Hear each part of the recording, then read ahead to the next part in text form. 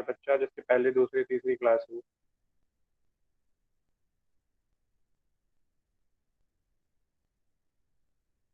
Anyone? Malti Sharma, can you hear me?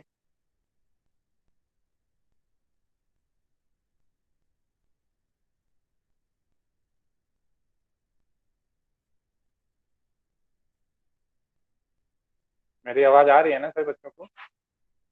Yes, sir. Yes, sir. Okay. Yes. So what we are doing currently? Sir, minerals and Sir, conservation of minerals in minerals and energy resources. Conservation of minerals and energy resources. Okay. Yes. तो उसके पहले जो भी मैंने पढ़ा दिया है सभी ने पढ़ लिया है? Yes, sir. पढ़ के आए हो? Yes, sir. Yes, sir. Sir. सभी बच्चे? yes, sir. ओके, फटाफट अगर मैं 10 मिनट का कोई क्विज रखूं, ठीक है, तो 10 मिनट के क्विज में कौन कौन पार्टिसिपेट करेगा, फटाफट नाम लिखो मैसेज में, मैं उनसे क्वेश्चन पूछता हूँ।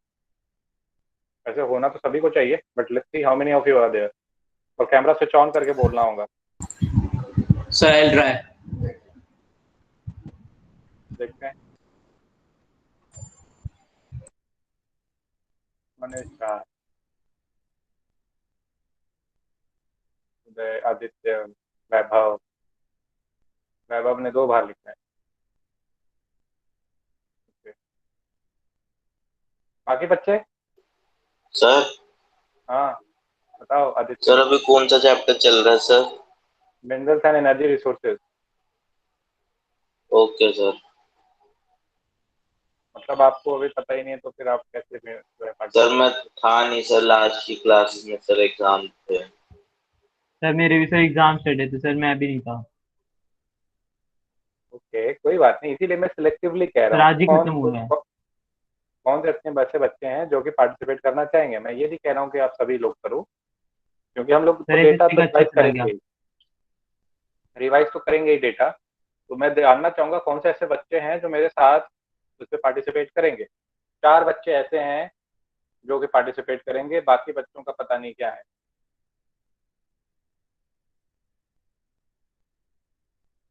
इसमें किसका किसका नाम नहीं आया? उत्कर्ष, वो नहीं आया। बाकी वैसे बाकी बहुत सारे बच्चे हैं। हर्षुल मित्तल, आर्यन त्यागी, आर्यन पाठक,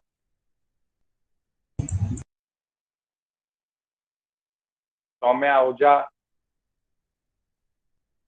है ना? Yes, sir, I'm here. So have you read, where is your name? I cannot find your name over here. Sorry sir, मैंने अभी अभी ज्वाइन करा है तो मुझे पता नहीं था कि क्या करना है। सर मैंने तो बोल दिया ना कि मैं करूंगा सर ट्राई। अच्छा चलिए ठीक है, let's see who will speak first. सबसे पहले वैभव विशाल झा, उन्होंने 2 बार नाम लिखा है अपना, तो that's why. Vaibhav Vishal Jha, Yes, sir. दुर्ग, बस्तर, चंद्रपुर, ये कहाँ पे है? सर दुर्ग दुर्ग, बस्तर बस्तर, चंद्रपुर। चंद्र, हाँ, कौन सा हिल है मेन? सर ये छत्तीसगढ़ और छत्तीसगढ़ और महाराष्ट्र में लाया करता है सर। मैं देखो बादाम पहाड़, ठीक है, बैला डेला और बाबा बुडान, मैं इनकी बात कर रहा हूँ। तो इसमें से कौन सा है? सर बाबा बुडान तो कर्नाटका में लाया करता है।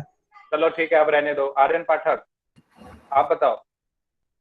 दुर्ग, बस्तर, चंद्रपुर, मेजर हिल। आदित्य वर्मा, आप बताओ। Durg, Bastar, sir Bailadila hills. Sir Bailadila hills. Very good. और जो है कि बाबा बुडान के आसपास के जो है hills, main mining site. Sir Karnataka के आसपास sir Belur sir Uday Sharma, Belur Chitradurg. Yes, sir. Bellary, Chitradurga, Chikmagaluru, Tumakuru. Yes sir. बताओ किस लिए फेमस है? सर ये आयरन ओर के लिए फेमस। आयरन ओर के लिए फेमस है। ओके, और उसके बाद जो है कि जो टूथपेस्ट, अगर देखते हैं कुछ टूथपेस्ट साइन करते हैं तो उसमें क्या ऐसा होता है? सर एक बार रिपीट कर देंगे? कुछ टूथपेस्ट जो है शाइन करते हैं, उसमें ऐसा क्या होता है? ये सर आर्यन टूथपेस्ट में त्यागी, सर आर्यन त्यागी आप माइका बताओ। माइका माइका Very good, ठीक है। और इट इज ये found in the Vaibhav age of Vishal Jha, Chota Nagar. Vaibhav Vishal Jha, yes sir. हम अपने फूड के इनटेक में कितना % मिनरल रखते हैं? सर 0.03%। 0.3% आपका जो है मिनरल इनटेक रहता है, आप श्योर हो? यस यस और सर। 99.7% क्या होता है फिर? सर 99.7% अदर इंटेक्स होता है, बट वो भी मिनरल्स के थ्रू ही लेते हैं, मतलब मिनरल्स का उसमें भी रोल होता है। ओके, बॉक्साइट कहाँ पाया जाता है सौम्या? सर इंडिया में? बॉक्साइट जो है सर राजस्थान में अजमेर, सर सॉरी बॉक्साइट जो है सर वो एक तो हमारा सर जो मेकाल हिल्स अमरकंटक हिल्स में फाउंड होता है, और उड़ीसा उसका लार्जेस्ट प्रोड्यूसर था 2016 और 17 में। और बिलासपुर कटनी इसलिए ये फेमस है? सर वहां पर भी। अच्छा, वहां पर भी है, ठीक है। और सर हाँ बोलो आदित्य वर्मा। सर ओडिशा में भी एक डिस्ट्रिक्ट है कोरापट, उसी में एक रीजन है पोचंतपल्ली, हाँ, वहां वहां पे पे भी मेनली। पाया जाता है। चलो ठीक है, कॉपर आपका जो है सबसे ज्यादा पाया जाता है राजस्थान के अजमेर में, करेक्ट है? Sir no no no sir, sir, sir वो सर खेतरी में पाया जाता है, खेतरी इन खेतरी राजस्थान। हिल्स, बेहतरीन खेतरी में राजस्थान। पाया जाता है। ओके, खेतरी के अलावा और एक रीजन बताओ जहाँ पे पाया जाता है कॉपर। आंध्र प्रदेश, नहीं wait, sorry. Madhya Pradesh, Singhbhum Balaghat, district. Singhbhum इन झारखंड, बालघाट इन मध्य प्रदेश, और sir Balaghat Singhbhum Balaghat hills mines in in Madhya Pradesh, very good. And Singhbhum in Jharkhand. Sir Jharkhand, Jharkhand, चलो झारखंड। ठीक है। पर्व जैन, पर्व जैन, किस मेटल को आप प्लेसर डिपॉजिट बुलाते हो? Which metal is called as placer deposit? Sir मैं था नहीं सर पिछली क्लास में, सर पेपर्स चल रहे थे ना एग्जाम्स, ओके वे पढ़ा नहीं है। Okay okay, so who else will answer? Placer sir जो डिपॉजिट। एलुवियल डिपॉजिट्स होते हैं। सर नहीं नहीं, which metal is called as placer deposit? Platinum. Gold, silver, gold, platinum. Platinum. Gold, tin silver, sir, tin भी platinum, होता है। ठीक है। अच्छा सर आपने लेक्स रिएक्टिव बोला था। Yes. सर तो माइका पता के था। बारे में क्या जानते हो? Utkarsh, where is Utkarsh? Okay, sir mica के बारे में मेरा एग्जाम चल रहे थे। किस चीज का एग्जाम था उत्कर्ष? सर अभी लास्ट तो साइंस का था, कल Last इंग्लिश science का है। था। ओके, वैभव विशाल, यस सर। आप बताओ कि ये दुर्ग, बस्तर, चंद्रपुर कौन सा हिल है? सर बेलाडिला हिल्स है, लेकिन ये छत्तीसगढ़ और बादाम महाराष्ट्र में। ठीक है, बादाम पहाड़ जो मेजर हिल है उसके आसपास के माइनिंग साइट्स बताओ। सर बादाम पहाड़ के आसपास सर एक, मेरे को याद एडजॉइनिंग एरिया, मतलब हियर एडजॉइनिंग एरिया। नहीं। एक गोवा, समय आए। और सर गोवा और नुआ मुंडी होता है उसके आसपास, और सर वहां पे आयरन और मिलता है। और सर एक दो हिल्स में के मेरे को नाम याद नहीं आ रहा है सर, वो भी। चलो ठीक है, आर्यन समय त्यागी आए। आप बताइए कि कौन सा ऐसा माइनिंग साइट है पर्टिकुलर, ठीक है, जहां से हम विशाखापट्टनम पोर्ट का हेल्प लेकर साउथ कोरिया और जापान को बेचते हैं? आर्यन त्यागी। सर बैलीडेला के पास। सर मैं आए। Durg, Bastar, Chandrapur. Okay, Aditya Verma, yes sir. Range and load से क्या समझते हो आप? Yes sir. Range and load से क्या समझते हो आप? सर वेंट्स और सर इग्नियस और मेटामॉर्फिक रॉक्स के मिनरल डिपॉजिट्स पाए जाते हैं, उनपे कुछ क्रैक्स और क्रिस्प पे, और अगर स्मॉलर है तो उन्हें वीन्स कहते हैं, और वो लार्जर है तो उन्हें लोड्स कहते हैं। लोड्स कहते हैं, ओके। और आप बताओ रैट होल माइनिंग कौन बताएगा आप में से? Aryan Pathak, rat hole mining. Subhorshi Pal, Siddharth Gautam,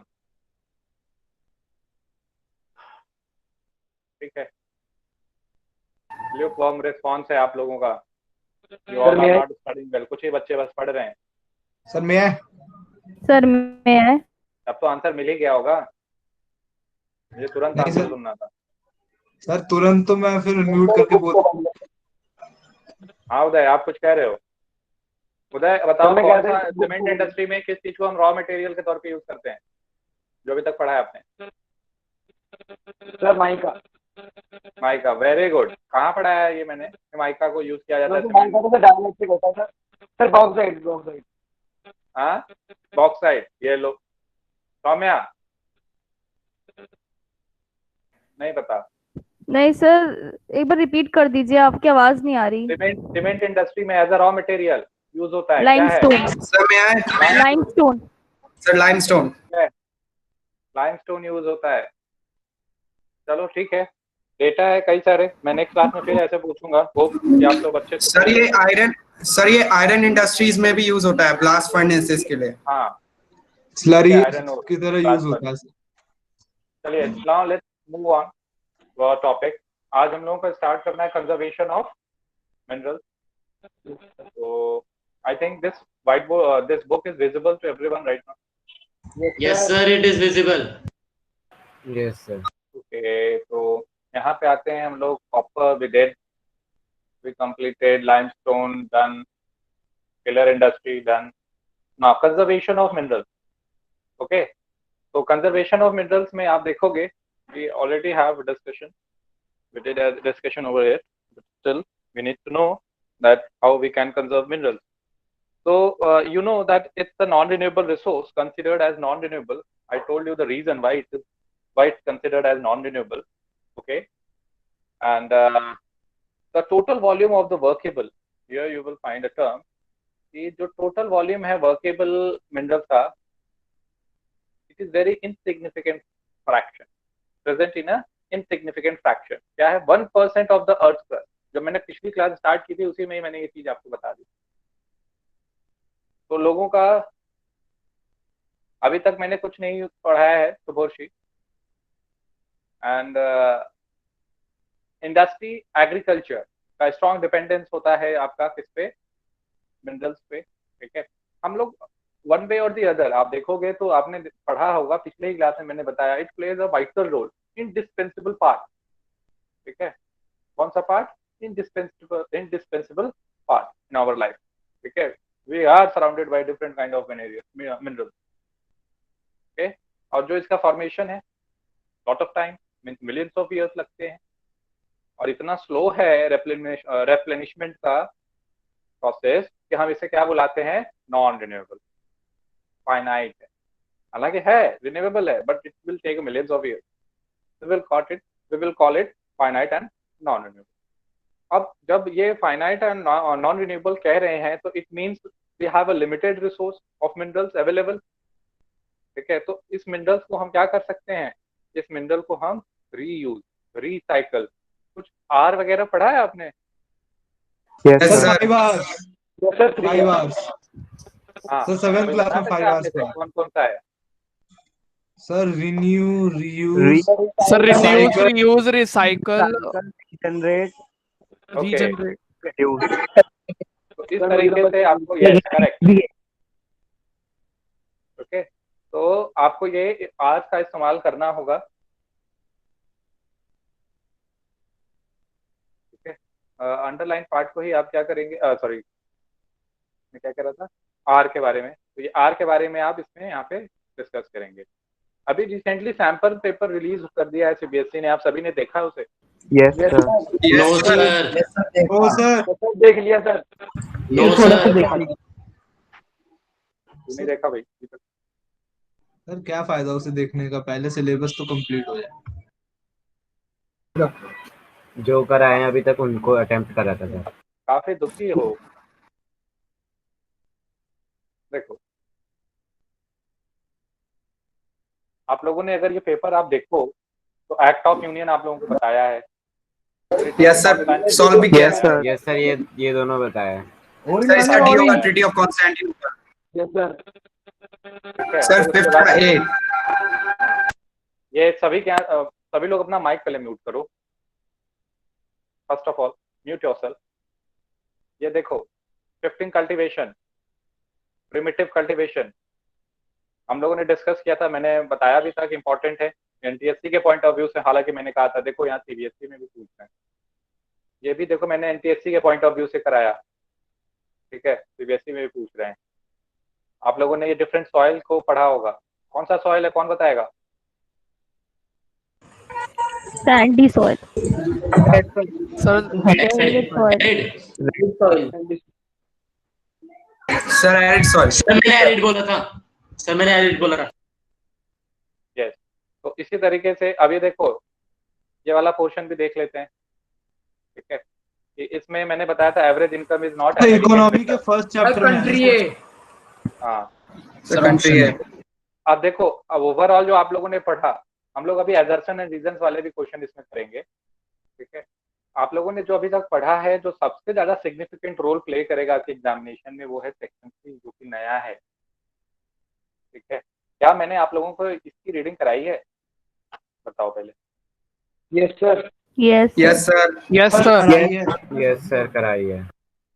तो वो बच्चे जिन्होंने रीड करके इसको अच्छे से नहीं पढ़ा है और इस पे नोट्स नहीं बनाया है, they will find it difficult in their examination. They will read out 1 2 3 4 time, और जो बच्चा पहले ही से पढ़ रखा है, इस पे नोट्स भी बना चुका है, वो बच्चा कहेगा ये तो मैंने बनाया है। उससे ज्यादा टाइम ना देते हुए आगे बढ़ते हैं। क्वेश्चन क्या है पहले ये तो देखें। समझ में आ रहा है difference? Yes sir. Yes sir.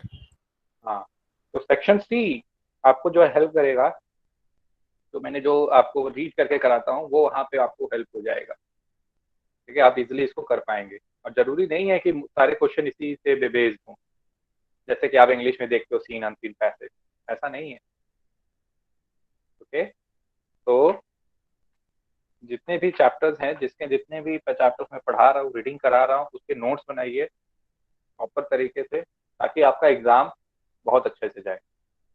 I want that you score at least this one, 100 तक तो जाओ। समझ में आ रही है बात? दो it's not so easy, but ये डिफिकल्ट भी नहीं है। जिस बच्चे को अपने आप पे भरोसा होगा, वो जरूर यहाँ तक पहुंच जाएगा। और सर जिस बच्चे को नहीं होगा वो नहीं पहुंच पाएगा। सर जिसको डर है, थोड़ा कॉन्फिडेंस कम है, हाँ, उसको जो है कि थोड़ा मेहनत करना है, अपने पे जो है कि भरोसा रखना है। और मुझे लगता है कि यहाँ पे सभी को अपने आप पे भरोसा है, कोई डरता नहीं है ना? डरना किस बात का? आता है, ये कंटेंट है, ये पढ़ना है और पढ़ना है बस। भरोसा क्यों नहीं है? अगर अपने आप पे भरोसा नहीं होगा तो किस पे भरोसा होगा? Survival of the fittest, Charles Darwin. अगर कोई अपने आप पे भरोसा नहीं कर रहा है तो वो अपने साथ गलती कर रहा है।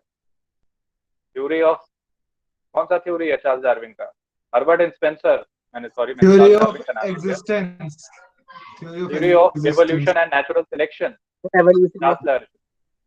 चार्ल्स डार्विन, है ना? पढ़ा है, और उसी को पढ़कर कॉइन किया term survival of the fittest. तो जो इसके पास कॉन्फिडेंस नहीं है, ऑब्वियसली फिर उसके लिए प्रॉब्लम हो सकता है बढ़ जाए। फाइट है, फाइट में डरना नहीं है। जो के पास कॉन्फिडेंस है कर भी जाएगा।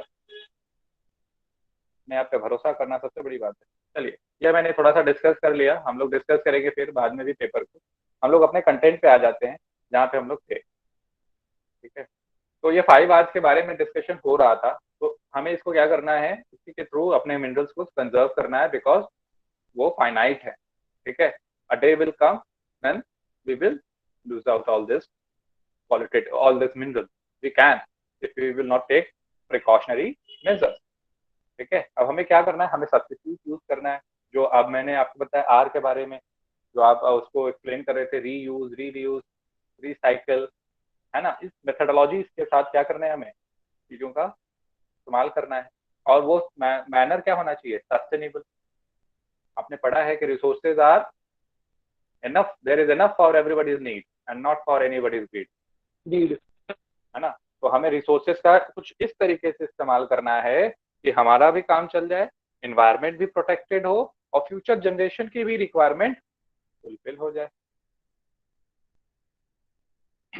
समझ में आ रही है बात? Yes sir. Yes sir. Recycling of metal, using scrap metal, है ना, यूज्ड मेटल, छोटे छोटे टुकड़े स्क्रैप मेटल, सब्स्टिट्यूट का इस्तेमाल करके हमें मिनरल्स का बचाना है, कंजर्व करना है, okay. Now after this we will move to energy resources. इसमें आ जाएंगे energy resources.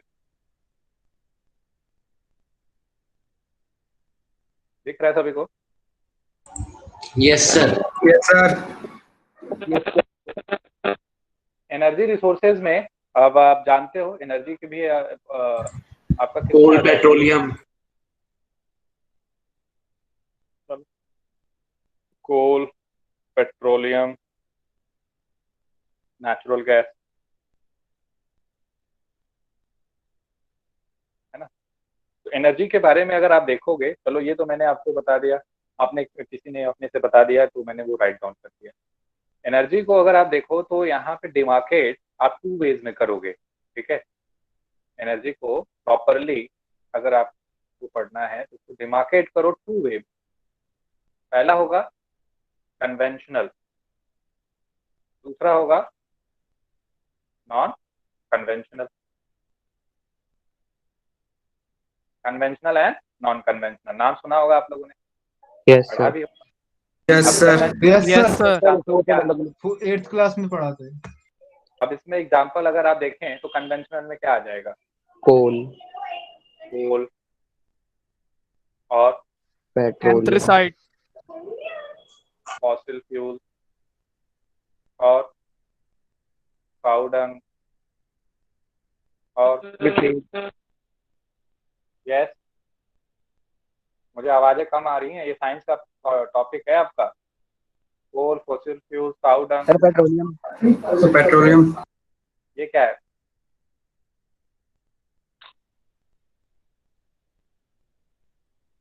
Dam, wood, electricity, Biogas. Sir would,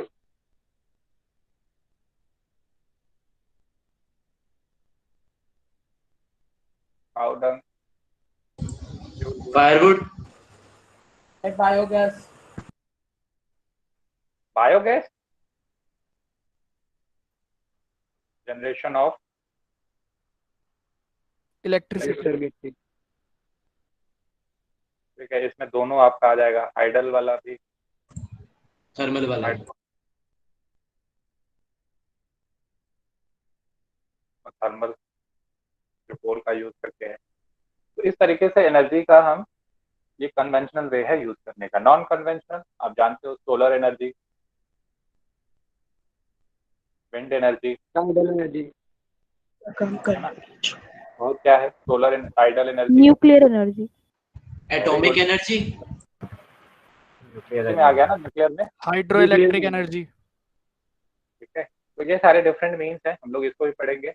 A question can come in your examination that write down difference between conventional and non-conventional energy. Difference between conventional and non-conventional energy. So we will write the difference in a tabular format. Tabular format में हम इसे लिखेंगे।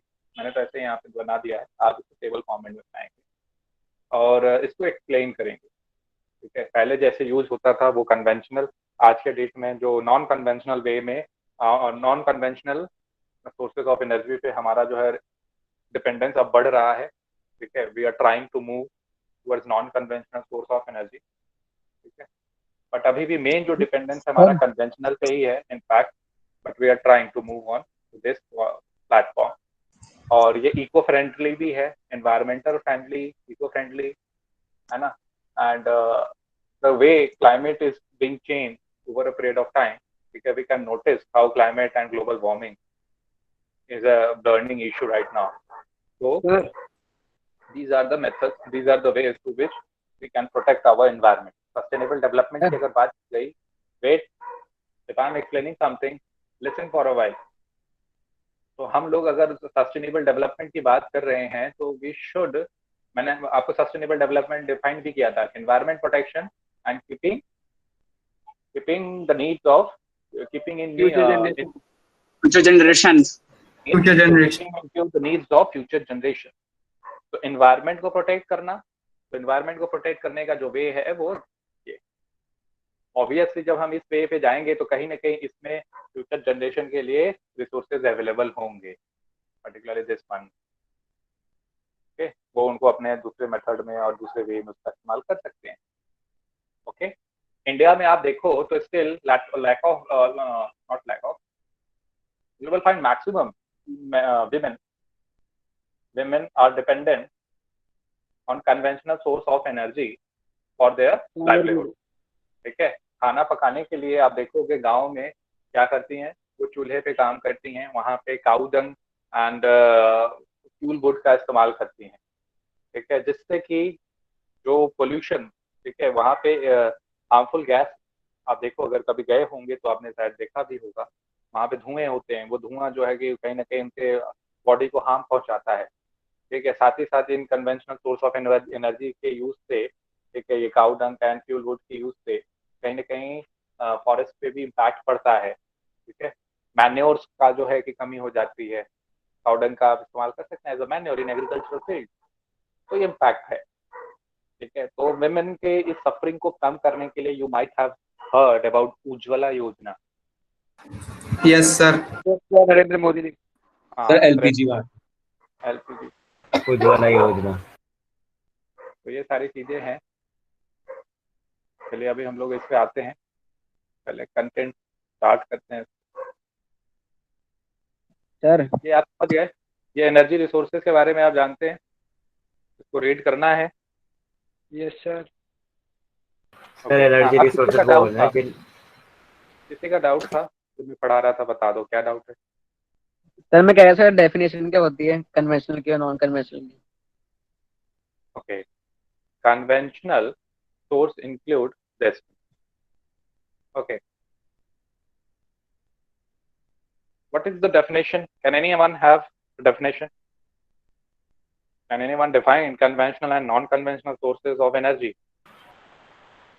Conventional sources of energies are those energy which we use to generate energy, which we use the method. Sir conveniently use कर रहे हैं हम, जिन्हें daily use कर रहे हैं।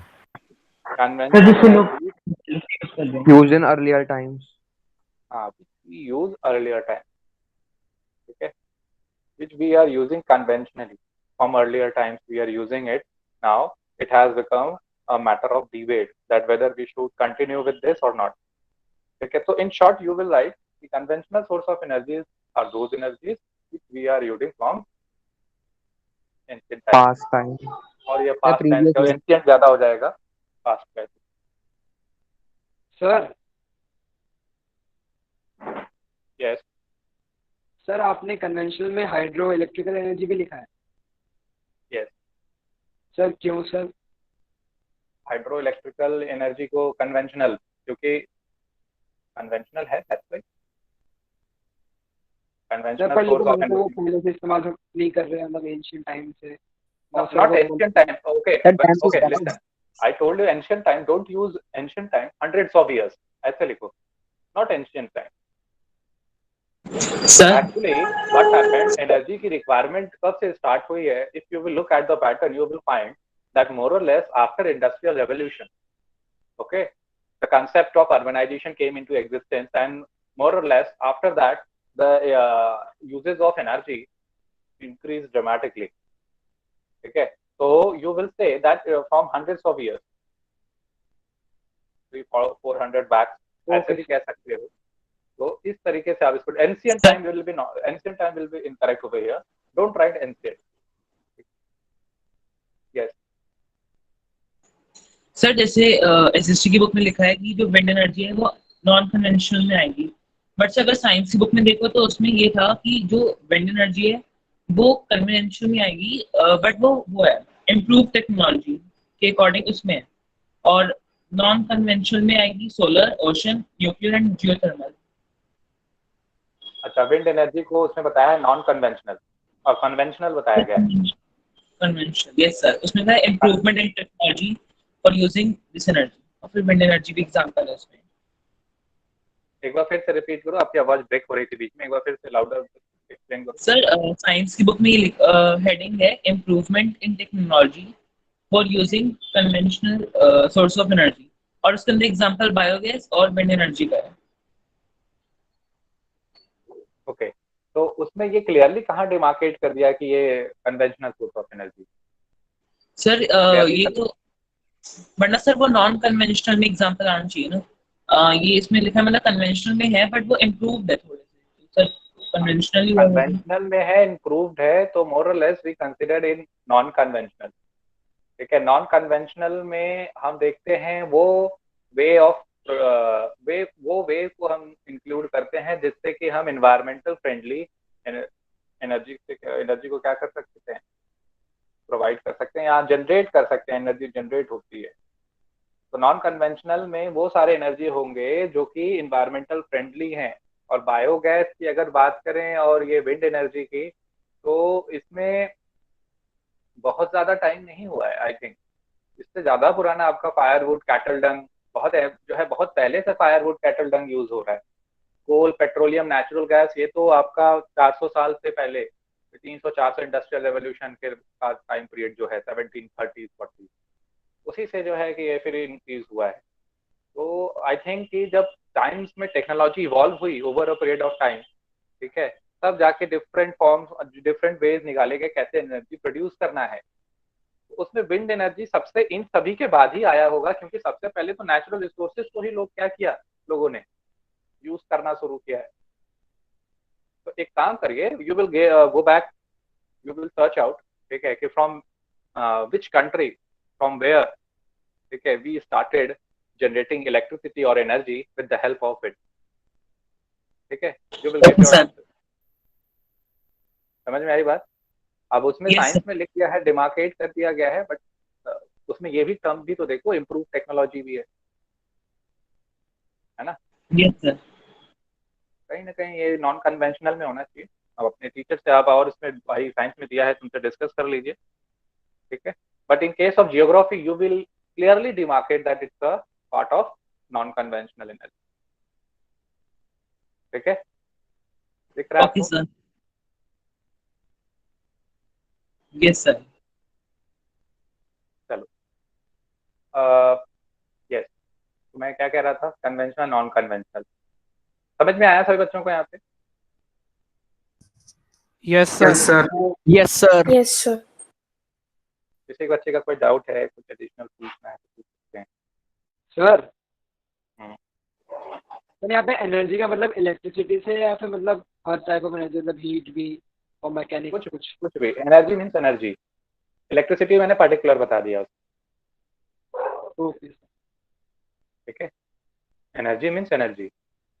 अब जैसे अगर आपने इस्तेमाल कर लिया कैटल डंग और फायरवुड एनर्जी प्रोड्यूस करने के लिए, तो इट मीन्स, तो और कह दिया 70% of rural house hold include use this form of energy. ठीक है, तो कहीं ना कहीं आपने क्या कर दिया, हीट को ही दिखा दिया, हीट को ही बताना चाहते हैं, क्योंकि वो तो अपने कुकिंग के लिए यूज होता है उसका। तो सर पर हम तो पहले से ही मतलब हमारे शिप्स हुआ करते थे, वो तो सर मतलब विंड एनर्जी का इस्तेमाल करते हुए अपना करते थे सर, मतलब हम तो से फिर किसने कहा शिप्स से? तो हम कैसे आपको मालूम कि विंड एनर्जी, तो आप जो है कोस्टल एरिया में आप देखोगे ना, विंड एनर्जी का इस्तेमाल करते जहाँ विंड्स ब्लो करती हैं, जब साउथ वेस्ट मानसून और जो है आता है, या फिर आपका जो different north east trade wind जो है ब्लो करते हैं कोस्टल एरिया में पर्टिकुलरली। ठीक है, बे ऑफ बंगाल वाला जो ब्रांच का जो मानसून है वो आता है, तो जो हवाएं कोस्टल एरिया में हैं उसी के हेल्प से हम क्या करते हैं, विंड मिल्स को मूव करते हैं और उससे फर्दर एनर्जी जनरेट होता है। जो शिप्स की बात कर रहे हो, शिप्स का तो आप जानते हो समुद्र में हवाएं चलती रहती हैं from high pressure to low pressure. तो हवाएं तो कब से हैं, जब से अर्थ है तब से हैं। तो उसमें ट्रेड विंड है, ट्रेड विंड पर्टिकुलरली जो ट्रॉपिकल एरिया है उसी में क्या करते थे लोग, शिप्स की मूवमेंट होती थी from one place to another with the help of trade. Traders को पता ही नहीं चलता था कहाँ जाना है और जहाँ चले कहाँ जाते हैं वो। क्रिस्टोफर कोलंबस को जाना कहीं और था, चले कहीं और गए। ठीक है, तो यहाँ पे विंड एनर्जी को कैसे आप रिलेट कर रहे हो, आई डोंट नो। सर ये शिप्स पे तो सर मतलब ट्रेड विंड से तो जाया करते थे उनके शिप्स। अब तो विंड नहीं, यहाँ पे एनर्जी के पॉइंट ऑफ व्यू से पढ़ रहे हैं ना हम, एनर्जी कैसे प्रोड्यूस कर रहे हैं उसमें कन्वेंशनल वे या non conventional way. Okay sir, मतलब यहाँ पे हम उस वाली एनर्जी की बात कर रहे हैं। हाँ, चलिए नेक्स्ट हम आते हैं कन्वेंशनल सोर्स ऑफ एनर्जी। अब देखते हैं क्या सोर्सेज ऑफ एनर्जी में क्या क्या हम इंक्लूड कर रहे हैं। सबसे पहले हम लोग डिस्कस करेंगे कोल। ठीक है, कोल आप जानते हो इंडिया में बड़े अच्छे तरीके से ठीक है, you will find in different parts of India existence of coal. Okay, और कोल का आप पर्टिकुलरली जब एरिया डिमार्केट करने लगोगे तो you will find in Orissa, Jharkhand, West Bengal, ठीक है, there is a presence of coal. ठीक है, पर्टिकुलरली झरिया नाम सुना होगा, रानीगंज, फिर सर हाँ, झरिया झारखंड, रानीगंज वेस्ट बंगाल का, ये सब प्रोमिनेंट वन है जहाँ पे आपको क्या मिल जाता है, कोल का डिपॉजिट मिल जाता है। इसके अलावा और कौन सा है, any other point? Bokaro, Bokaro क्या है, किस लिए फेमस है? स्टील सिटी सर, वो तो स्टील इंडस्ट्री झारखंड। अच्छा चलो, अच्छा देखता हूँ, अभी रुक जाओ। मैं क्या कर रहा था, यस, कोल के बारे में। तो आपको मालूम है ये प्लांट से बनता है, ये तो जानते हो, ये सर प्लांट के प्लांट से डिकम्पोजिशन से। तो ये डिकम्पोज अंडर अर्थ होता है, सॉइल, और ये बाद में क्या बन जाता है, किसमें, कोल में चेंज हो जाता है, कार्बन में। ठीक है, तो जब ये जो डिकम्पोजिशन होता है स्वैम्पी एरिया में होगा, ठीक है, तो जो कोल बनेगा वो उसको पीट कहेंगे, type of coal. Moisture content इसमें क्या होता है, ज़्यादा होता है, मॉइस्चर क्या होता है, ज़्यादा होता है। फिर उसके बाद, इसके बाद आपका है लिग्नाइट, ये भी एक टाइप है। लिग्नाइट में मॉइस्चर होता है और बट कम, लेस कंपेयर टू पीट, ठीक है, पीट से कम होता है। लिग्नाइट को क्या बुलाते हैं? ब्राउन कोल। ब्राउन कोल बुलाया जाता है लिग्नाइट। ठीक है, नेवेली एक जगह है, कहाँ पे है नेवेली? तमिलनाडु। तमिलनाडु। वहां पे हमें तमिलनाडु। ब्राउन कोल मिलता है। ओके, लिग्नाइट के बाद आपका नेक्स्ट आ जाता है बिटुमिनस। चलिए देख लेना एक बार, बिटुमिनस, इसको कमर्शियल कोल भी कहते हैं। विच कोल? कमर्शियल कोल। ये कमर्शियली बहुत इसका इस्तेमाल होता है, पर्टिकुलरली मेटलर्जिकल इंडस्ट्री में। ठीक है, मेटलर्जिकल इंडस्ट्री में इसका ज्यादा इस्तेमाल होता है। फिर उसके बाद एक और टाइप का कोल है जिसमें कार्बन कंटेंट बहुत ज्यादा होता है, एंथ्रासाइट। एंथ्रासाइट। एंथ्रासाइट। ठीक है, सबसे ज्यादा जो है carbon content coal, type of coal में होता है एंथ्रासाइट। और यही high, under high temperature, high pressure किसमें चेंज हो जाता है, डायमंड में, है ना। तो ये क्वेश्चन एक बार एनटीएससी में आया था कि which among the following you will find maximum content of coal or carbon, sorry, not coal, it's anthracite। Sir Coke में नहीं होता मैक्सिमम? एंथ्रासाइट, ठीक है, टाइप ऑफ कोल। अब इसमें कार्बन कंटेंट ज्यादा होता है। अब इसको हम किससे पढ़ेंगे, जियोलॉजिकल, जियोग्राफी के पॉइंट ऑफ व्यू से, कहाँ पे ये पाया जाता है। तो दो पार्ट इसका डिस्कशन होगा यहाँ पे। एक होगा आपका, first one will be your Gondwana deposit. Gondwana word से आई थिंक आप लोग फैमिलियर हैं। यस सर, 9th में चैप्टर 2। 9th में सर इंडिया गोंडवाना लैंड से बना है 2000 इयर्स अगो। कितना? 200? सर आपने कहाँ तक पढ़ा दिया आज, अभी तक का? Sir 2 billion years ago. हाँ सर मैं कह रहा हूँ आज आपने कहाँ तक पढ़ा दिया अभी तक में?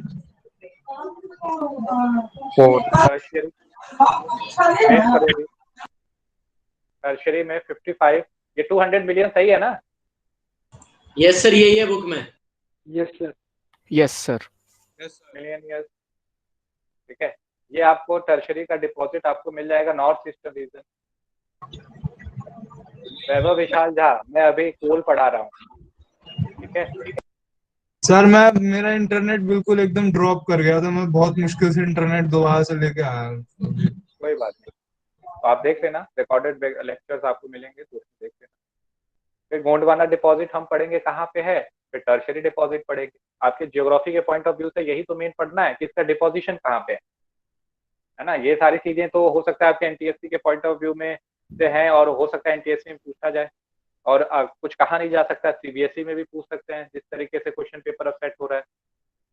पिछले साल का पेपर उठाओ, इस साल के पेपर में देखो अंतर है, डिफरेंस है, you will find the difference every year. ज्यादा मुश्किल है। सीबीएसई क्या कर रही है, जो है मेथड चेंज कर रही है ताकि बच्चे एक ही वे पे जो है डिपेंड ना हो जाए।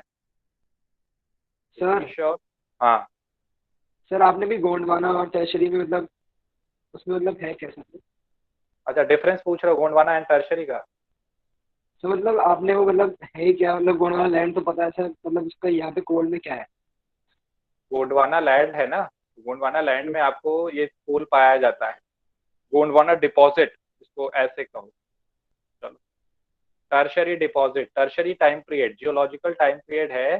जैसे आप पढ़ते हैं ना paleolithic age, neolithic, mesolithic age, neolithic age जिसमें पढ़ते हैं, वैसे आपका ज्योग्राफी में भी डिफरेंट जियोलॉजिकल टाइम है। उस जियोलॉजिकल टाइम में टर्शरी डिपॉजिट, टर्शरी का जो टाइम है जिसको सेनोजोइक भी कहा जाता है, अपना डीप में मत जाओ, आपको सिर्फ इतना ही जानना है, टर्शरी डिपॉजिट जो 55 मिलियन ईयर्स अगो था, ठीक है, उसमें जो है कि नॉर्थ ईस्टर्न रीजन में जो कोल पाया जाता है वो उस टाइम पीरियड का है। ओके सर, मतलब ये हमने कोल को हमने टाइम पीरियड के हिसाब से डिवाइड कर। यस, और ये वाला सबसे बेस्ट है क्योंकि सबसे पुराना है। अब कोल के बारे में एक बात ये भी जान लो, कोल क्या होता है कि जब कोल को हम कोल के बारे में अगर जब हम पढ़ेंगे तो ये देखते हैं कि ये टूटता बहुत ज्यादा, ब्रेकिंग डाउन इसका ज्यादा होता है, ठीक है। मतलब जब आप कोल को तोड़ देते हैं तो वो अब जब उसको ट्रैवल करते हैं from one place to another, उसको जब ले जाते हैं as a raw material from one place to another, वो ब्रेक डाउन होता है व्हाइल यू ट्रैवल। तो जो इंडस्ट्रीज होती हैं जिसको कोल को यूज करना एज अ रॉ मटेरियल, वो कोशिश करती हैं कि कोल के फील्ड के आसपास ही वो क्या हो जाए, ठीक है, बहुत ज्यादा दूर नहीं, आसपास ही रहें, और उनका जो ये कोल का ब्रेक डाउन है उससे वो, उस लॉस से वो क्या हो सके, बच। समझ में आ रही है बात? तो कोल के ब्रेकडाउन से लॉस किस तरह का होगा? मतलब अगर कोयला जलाना ही है तो फिर टूटा हुआ रहे या साबुत रहे, उससे क्या फर्क पड़ता है? आपको ये बात अभी नहीं मालूम है कि टूटे हुए कोयले में और साबुत में क्या डिफरेंस है? कोयला को तोड़ा जाता है अपने रिक्वायरमेंट के हिसाब से, ठीक है, तो उसको अलग अलग जगहों पे अलग अलग, अगर एकदम जो है कि 10 टाइप में हो गया कोयला टूट के, तो उसका क्या इस्तेमाल होगा। इसीलिए कोयले की दाम भी जो है क्या करती है, वैरी करती है। आप कौन सा कोयला ले रहे हो, ठीक है, उसका जो शेप है वो कैसा है, ये सब चीजें मायने रखता है, ठीक है। अब आ जाते हैं अपने कंटेंट पे। तो जो एग्जाम्पल हम देखेंगे इसमें, ये बुक दिख रहा है सभी बच्चों को? Yes sir. Yes sir. Yes sir. देखो, ये 200 मिलियन ईयर्स और फिर 55 मिलियन ईयर्स, ठीक है। एरिया डिमार्केशन हम कर लेते हैं। देखो, रानीगंज, बोकारो, झरिया, दिख रहा है आप सभी को? Yes sir. Yes sir. सालचर, सिंगरौली, यस सर। सिंगरेनी, नेवेली। नेवेली में कौन है, कौन सा कोल है नेवेली में? नेवेली में सर ब्राउन कोल, ठीक है। देख लेते हैं कहाँ पे है। झरिया, रानीगंज, बोकारो, ये इंपॉर्टेंट कोल फील्ड, ठीक है। महानदी, सोन, वर्धा वैली, यहाँ पे भी कोल डिपॉजिट पाए जाते हैं, ठीक। टर्शरी कोल में आ जाते हैं तो north eastern state like Meghalaya, Assam, Arunachal Pradesh, Nagaland, यहाँ पे कौन सा डिपॉजिट है, टर्शरी डिपॉजिट है। दिख रहा है आप सभी को ब्लैक ट्रायंगल वाला? Yes sir. Yes sir. Yes sir. Yes sir. Sir yes sir, जैसे मैप की क्लास हुई थी कुछ महीने पहले, ऐसी दोबारा होगी? हाँ होगी। फेज 2 जैसे ही कंप्लीट हो जाएगा थ्योरेटिकल मैप वाला काम करेंगे। Okay sir. अब आते हैं नेक्स्ट। अब देखो, Remember, coal is a bulky material which loses weight on use as it reduced to ash.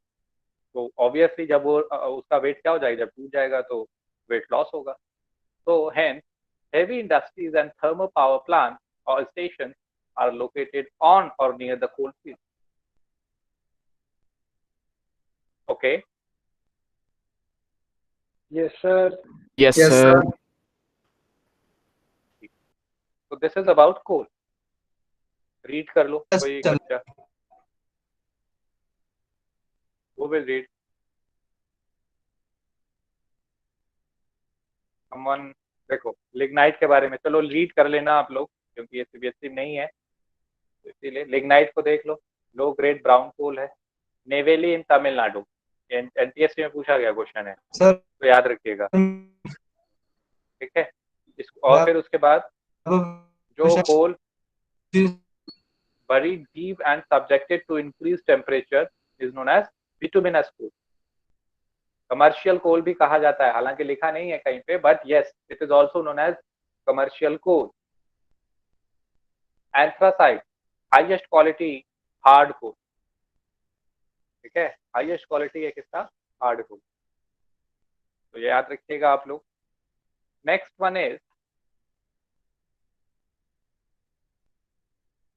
One is your petroleum. Sir हाँ सर एंथ्रासाइड मटेरियल वाले से डायमंड बनता है. हाँ, एंथ्रासाइट से बनता है. वो टाइम लगता है, ऐसा नहीं कि एंथ्रासाइट आप ले जाओगे उससे डायमंड बना लोगे. जब वो बरीड रहता है हाई टेम्परेचर हाई प्रेशर में, तब उसमें चेंजेस आते हैं, टाइम लगता है. Okay sir. Okay sir. Million to PL. तो सर मतलब एंथ्रासाइट की माइन में ही हमें हाँ. डायमंड मिलेगा.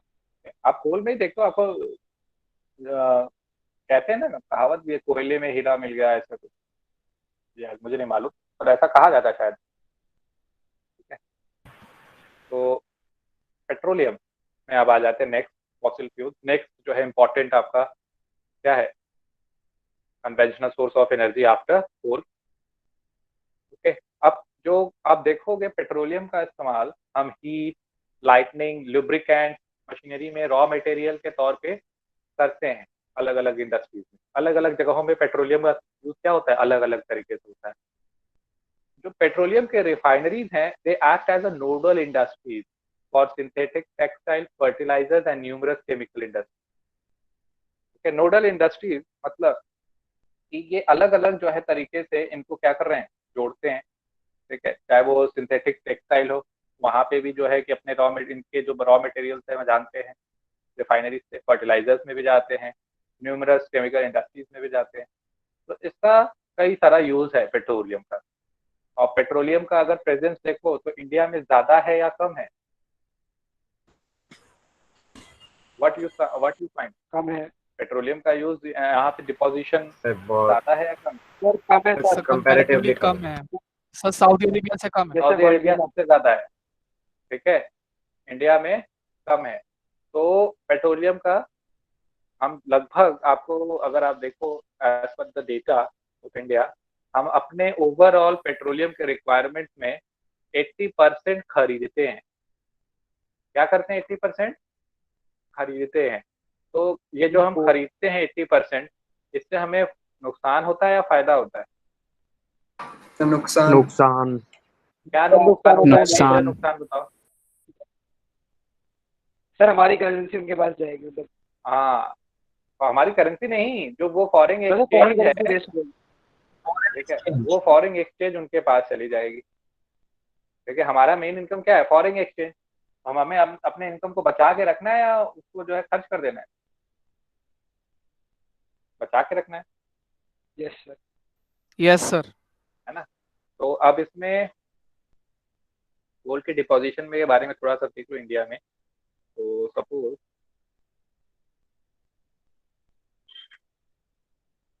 ठीक है, beneath earth. ठीक है, मतलब beneath earth here refers to other soil.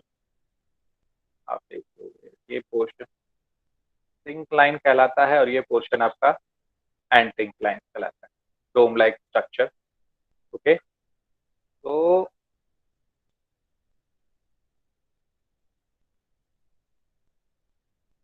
ये जो एंटिक्लाइंस है, ठीक है। तो इसी में क्या होता है, फॉसिल फ्यूल्स का डिपोजिशन पाया जाता है। पोरस नॉन पोरस लेयर्स दोनों में जो है, पोरस नॉन पोरस दोनों में मिल जाता है। पोरस में अगर मिल जाता है, ठीक है, अगर सपोज ये लेयर पोरस है, लाइमस्टोन का लेयर है और पोरस है, पोरस समझते हो ना, इसमें से क्या हो सकता है, फिल्टर हो पोर्स सकता होते है, हैं। ठीक है, पोर्स होते हैं। तो अब इससे क्या हो सकता है कि जो पेट्रोल होता है वो बाहर निकल आता है पोरस लेयर, ठीक है। तो हम इसमें नॉन पोरस लेयर इंटरवीन करके उसको रोकते हैं, ठीक है, सिंक हो सकता है यहाँ से पेट्रोलियम, ओके। तो अब फॉसिल फ्यूल का फॉर्मेशन तो आई थिंक आप सभी ने पढ़ा भी होगा कैसे बनता है, जैसे आपने कोल का पढ़ा, फॉसिल फ्यूल्स का भी पढ़ा है, कैसे बनता है वो, कोई बता सकता है आप में से कैसे बनता है? एनिमल्स के डिकम्पोजिशन से। सर जो डेड प्लांट्स और एनिमल्स हैं वो मतलब ओशन वाटर के नीचे आके फिर डिकम्पोज होते हैं। ओशन वाटर हो या फिर ऑन अर्थ सरफेस लैंडफॉर्म भी हो तो नहीं चल जाएगा? सर एनिमल्स का हो सकता है सर। एनिमल्स का, ठीक है। तो यही एंटिक लाइन से हम क्या करते हैं, पेट्रोलियम को फिर एक्सट्रैक्ट करते हैं, फाइंड करते हैं। और समुद्र का जो है उसका समुद्र का अलग है, ठीक है। हम लोग ये इंडिया की बात कर रहे हैं, इंडिया में सर पर्टिकुलरली। आपका आवाज नहीं आ रहा है। आवाज नहीं आ रही है? Sir, it is audible. Clear आ रही है। Sir, audible है। आपकी सर आवाज नहीं क्लियर आ है, रही है। क्लियर है। क्लियर है। अच्छा, तो अब देखो मोस्ट ऑफ द जो पेट्रोलियम ऑकरेंस है इंडिया में वो एंटिक लाइन से जुड़ी हुई है। Sir you are not audible. Am I audible? नहीं जा रही। Yes, sir, you are audible. आपकी नेटवर्क प्रॉब्लम है। सर वॉइस आपकी क्लियर है। वैभव एक बार चेक कर लो क्या प्रॉब्लम है। सर आपकी मैंने आवाज तो- नहीं आ रही बिल्कुल भी। एक बार नेटवर्क चेक कर लो विशाल, वैभव। सर आपकी आवाज तो क्लियर है। चलो देखो अब यहाँ पे, तो एंटिक लाइंस इस वाले पोर्शन को हम एंटिक लाइंस कहते हैं। आप लोगों को टेथिस से ही बताया था, तो जियो सिंक लाइन और एंटिक लाइन के बारे में डिस्कशन किया होगा मैंने, याद है? वाटर की अवेलेबिलिटी यस सर, जियो सिंक लाइन बताया था। यस सर, हाँ सेकंड चैप्टर में लाइन। हाँ, तो हम लोग को वाटर की अवेलेबिलिटी कहाँ मिलती है? जियो सिंक लाइन में, या सिंक लाइन कह लो, ओके। तो ये एंटिक लाइंस में पाया जाता है, फोल्डिंग एंटिक लाइंस या डोम, ठीक है, इसी को कहते हैं। जो ऑयल होता है वो ट्रैप्ड होता है इसमें के क्रेस्ट में। अब फोल्ड जो ये पोर्शन है इसको क्रेस्ट कहा जाता है, इसी में ऑयल ट्रैप हो जाता है। और पोरस और नॉन पोरस लेयर्स दोनों होते हैं। अगर पोरस है तो उसमें हम क्या कर सकते हैं, उसमें ऑयल फ्लो हो सकता है, तो नॉन पोरस लेयर लगा के उसमें हम उसको क्या करते हैं, सिंकिंग से बचाते हैं, ओके। तो पोरस नॉन पोरस दोनों में पाया जा सकता है। और जब पेट्रोल हम देखते हैं, जब इसका एक्सट्रैक्शन होता है तो उसमें सबसे पहले हमें गैस मिलता है। ज्यादातर केस में हमें क्या मिल जाएगा, गैस। क्यों? क्योंकि gas are lighter than petroleum. Petroleum gas. अब हाँ, अब ये कहाँ कहाँ पाया जाता है? Mumbai high, Gujarat and Assam. Mumbai high, Gujarat and Assam. Gujarat में आपका अंकलेश्वर है, याद रखिएगा ये नाम, अंकलेश्वर। असम में आपका दिग्बोई और नहरकटिया, मोरान, हुग्रिजन, ये एरिया है। पर्टिकुलरली दिग्बोई आपका असम का जो ये दिग्बोई है, ये सबसे ओल्डेस्ट ऑयल प्रोड्यूसिंग स्टेट है इंडिया का। This is the oldest oil producing state of India, Digboi. Digboi का क्या कंसेप्ट है? सर फर्स्ट भी है। सर फर्स्ट भी यहीं से मिला था पेट्रोलियम। हाँ, यस सर। अब इसका दिग्बोई नाम क्यों है, कोई बता सकता है? अंग्रेजों ने सर वहां के लोगों को कहा जाता था कि खोदो तो डिग, और बॉयज के लिए, लड़कों के लिए। तो यहाँ पे अंग्रेजों ने जब देखा तो वही ये जो आपने अभी कहा, ठीक है, सेम स्टेटमेंट का इस्तेमाल किया। डिग बॉय से डिग बॉय हो गया वो, ठीक है। सबसे ज्यादा मुंबई का हमारा सबसे ज्यादा हमारा कहाँ पे पेट्रोलियम मिलता है, कहाँ से एक्सट्रैक्ट हो रहा है? मुंबई हाई, ठीक है। From which area? Mumbai high, याद रखिएगा ये। फिर नेक्स्ट है आपका नेचुरल गैस। नेचुरल गैस क्या है हमारा? नेचुरल गैस देखा जाए तो इसको क्लीन एनर्जी के तौर पे देखा जाता है। हालांकि ऐसा नहीं है कि ये कार्बन डाइऑक्साइड का एमिशन नहीं होता, ठीक है, होता है इसमें भी कार्बन डाइऑक्साइड का एमिशन, बट ये कंपैरेटिवली पेट्रोलियम क्या है, कम है। पेट्रोल डीजल्स के कंपेयर में क्या है, कम है। रॉ मटेरियल के तौर पे भी इसका इस्तेमाल होता है। एनवायरमेंटल फ्रेंडली है। A question can come in your examination, which among the following gas is considered as environmental friendly? Natural gas. ठीक है, अब ये नेचुरल गैस का प्रेजेंस कहाँ पे है ये देख लेते हैं। Particularly Krishna Godavari basin region में, केजी बेसिन है जो आपका, वहां पाया जाता है, मुंबई हाई में, ओके, और गल्फ ऑफ कैम्बे में। गल्फ ऑफ कैम्बे मालूम है, ये वाला एरिया, ये तो रन ऑफ कच्छ हो गया, gulf of Cambay. Andaman and Nicobar में भी पाया जाता है आपका क्या, नेचुरल गैस। तो एक सबसे बड़ा जो इसका पाइपलाइन है, हम लोग मैन्युफैक्चरिंग इंडस्ट्रीज जब पढ़ेंगे और लाइफलाइंस पढ़ेंगे तो उसमें आएगा पाइपलाइन के बारे में, वहां पे डिस्कशन होगा। ठीक है, लाइफलाइन ऑफ इंडियन इकोनॉमी, तो वहां पे आएगा, फिर से डिस्कस होगा। 1700 kilometre 1700 kilometre long Hazira Vijaypur Jagdishpur cross country gas pipeline, ठीक है, links Mumbai high and Bassein with fertiliser power and industrial complexes in western and northern India. Okay, let us have a look that where it is. Can you see this? That this is the cross country. कितना बड़ा pipeline है, दिख रहा है? Yes sir. ठीक है, ये आपका मुंबई हाई और बसन, देखो ये रहा, यहाँ से शुरू हो रहा है और धीरे धीरे ये पाइपलाइन के थ्रू इस तरीके से डिफरेंट पार्ट्स ऑफ इंडिया में हम क्या पहुंचा रहे हैं, गैस पहुंचा रहे हैं, natural gas. Excuse me sir. Yes sir, कोई चैट में लिख रहा है कि पेट्रोलियम दोबारा एक्सप्लेन कर दीजिए। क्या नाम है sir? Ishika concern. Sir, Ishika concern. Ishika, can you hear मी? इशिका, आपको मेरी आवाज आ रही है?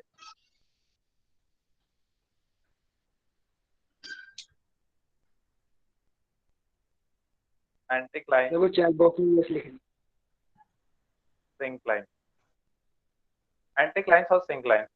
तो जो आपका पेट्रोलियम है ज्यादातर इंडिया के केस में वो एंटीक्लाइंस में पाया जाता है, porous and non porous layers में पाया जाता है। ठीक है, ये जो डोम लाइक स्ट्रक्चर है एंटीक्लाइन, इसी क्रेस्ट में, इसके फॉल्ट के क्रेस्ट में क्या होता है, पेट्रोलियम पाया जाता है।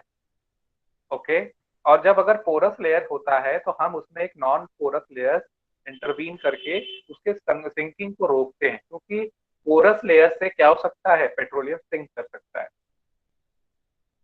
ओके, और फिर उसके बाद हम लोगों ने पढ़ा कि कहाँ कहाँ सबसे ज्यादा पेट्रोलियम पाया जाता है। तो मुंबई हाई है, ओके, फिर आपका जो है गुजरात का अंकलेश्वर है, असम का दिग्बोई, नाहरकटिया, है ना, इन सब रीजन में पाया जाता है। ओल्डेस्ट वाला आपका दिग्बोई है, और सबसे ज्यादा अगर हम देखें पेट्रोलियम का डिपोजिशन या एक्सट्रैक्शन तो आपका मुंबई हाई। बस इशिका कंसर्न।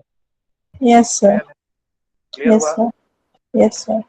सर मेरा फिर से टेक्निकल इशू हो गया, फिर से मेरा 15 मिनट 20 मिनट उसमें चला गया, वो सुनाई नहीं दिया था कुछ भी। आप रिकॉर्डेड लेक्चर को देख लेना बेटा, ठीक है, और नेक्स्ट क्लास में जो भी डाउट हो पूछ लेना आप। ओके, अब यहाँ पे ये हमने हजीरा विजयपुर जगदीशपुर का क्रॉस कंट्री पाइपलाइन देख लिया।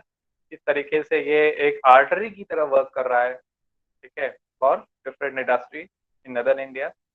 और सीएनजी, कंप्रेस्ड नेचुरल गैस, आप जानते हैं कई सारे व्हीकल्स में, इवन इन दिल्ली ऑल्सो, जो दिल्ली गवर्नमेंट के बसेस हैं वो सीएनजी पे चलती हैं, बहुत सारे कार्स हैं जो सीएनजी पे चलते हैं। ठीक है, तो इसकी पॉपुलैरिटी बढ़ रही है because of low carbon dioxide emission. अब the next one is electricity. Electricity का production, it is very important, ठीक है, टू नो कि इसका प्रोडक्शन और इसका जो पर कैपिटा कंजम्पशन है, प्रोडक्शन होगा तभी पर कैपिटा कंजम्पशन होगा, is considered as an index of development. देखो, इलेक्ट्रिसिटी का अगर आपने प्रोडक्शन किया, ठीक है, तो आप इधर थर्मल एनर्जी करेंगे और हाइड्रो इलेक्ट्रिसिटी, ठीक है, थर्मल वे का इस्तेमाल करेंगे, थर्मल इलेक्ट्रिसिटी होगी या तो वो, या तो फिर हाइड्रो इलेक्ट्रिसिटी होगी। तो दोनों ही केस में अगर आप इलेक्ट्रिसिटी प्रोड्यूस कर पा रहे हैं, इलेक्ट्रिसिटी प्रोड्यूस करेंगे तो आपकी डिफरेंट इंडस्ट्रीज रन करेंगी, और जब डिफरेंट इंडस्ट्रीज रन करेंगी तो डेवलपमेंटल एक्टिविटी और क्या होगा, बढ़ेगा। है ना। तो इसका पर और लोग कंज्यूम कर पा रहे हैं इलेक्ट्रिसिटी, ये भी एक बड़ी बात है। हर एक लोग अगर कंज्यूम कर पा रहे हैं इलेक्ट्रिसिटी तो भी इसको एक बड़ी बात मानी जाती है कि भाई प्रोडक्शन हो रहा है और लोगों के पास उतना अफोर्डेबिलिटी है कि वो क्या है कंज्यूम कर पा रहे हैं। जितना ज्यादा कंज्यूम कर रहे हो उतना ज्यादा आपकी जो है जो इसका कंजम्पशन जो है डिटरमाइन करता है कंट्री के ओवरऑल डेवलपमेंटल इंडेक्स। और इसमें फिर आप देखो चैलेंज क्या आता है, हाइड्रोइलेक्ट्रिसिटी करोगे या थर्मल पावर पे करोगे। तो दोनों ही केस में प्रॉब्लम आपने देखी होगी। Thermal power coal, limited resource, hydroelectricity more और less with the use of dam. Dam को आपने पढ़ा है, how dam has been considered as a reserve resources and development में पढ़ाया है मैंने, और क्या उसके प्रॉस हैं और क्या कॉन्स हैं।